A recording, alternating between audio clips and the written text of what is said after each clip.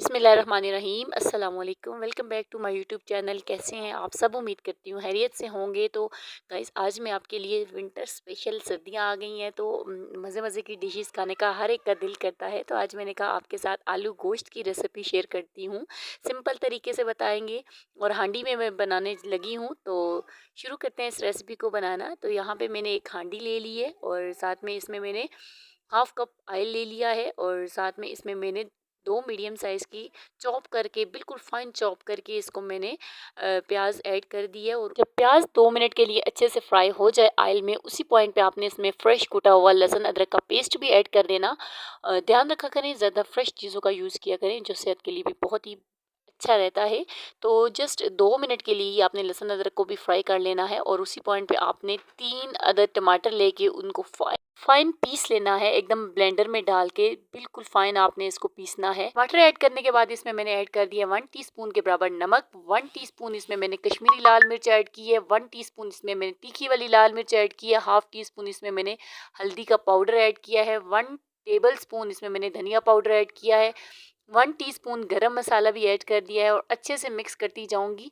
और यहाँ पे थोड़ा सा मुझे कम लग रहा था घी, तो मैंने 1 टेबल स्पून घी इसके अंदर और ऐड कर दिया है और 2 अदद हरी मिर्चें डाल के, और साथ में इसके अंदर मैंने 3 मीडियम साइज़ के आलू लिए हैं, जिनको मैंने अच्छे से पील ऑफ करके वॉश करके इस तरह के पीसेस में मोटे मोटे कट कर लिया है। इस तरह के आलू गोश्त का जो सालन होता है ना, गोश्त के अंदर इस तरह के आलू जो है बहुत ही अच्छे लगते हैं। अब इसको टमाटर के साथ मैंने इन आलूओं की अच्छे से भुनाई करनी है, ताकि जो मैंने मसाले ऐड किए वो भी अच्छे से उनसे उनकी भुनाई हो जाए और अदरक प्याज भी अच्छे से गल जाए, टमाटर भी अच्छे से भुन जाए। जब ऑयल ऊपर आ जाए, ऑयल सालन के ऊपर आता है ना, तो बुनाई अच्छे से हो जाती है, यही निशानी है बुनाई करने की।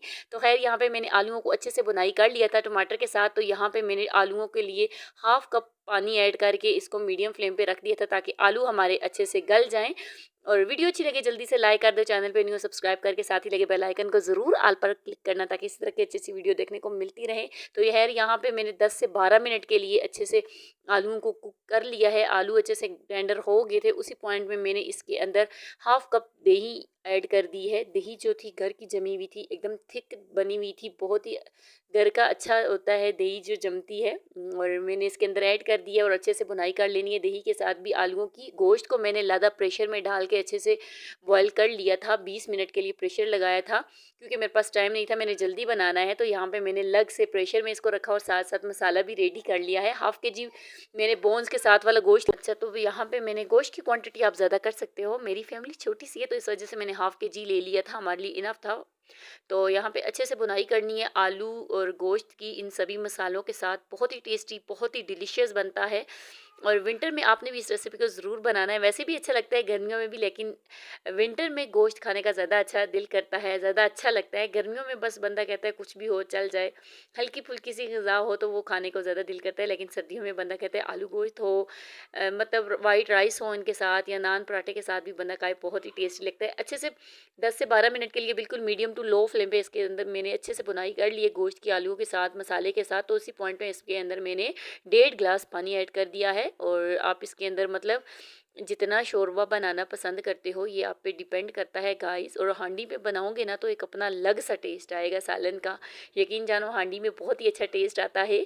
और बस यहाँ पे 15 मिनट के लिए बिल्कुल लो फ्लेम पे, दम वाली आंच पे इसको मैंने फिर से पका लिया था। और बस यहाँ पे इस हमारा आलू गोश्त रेडी है। हरी मिर्चों के साथ गार्निश करें और इन्जॉय करें नान पराठे और वाइट राइस के साथ।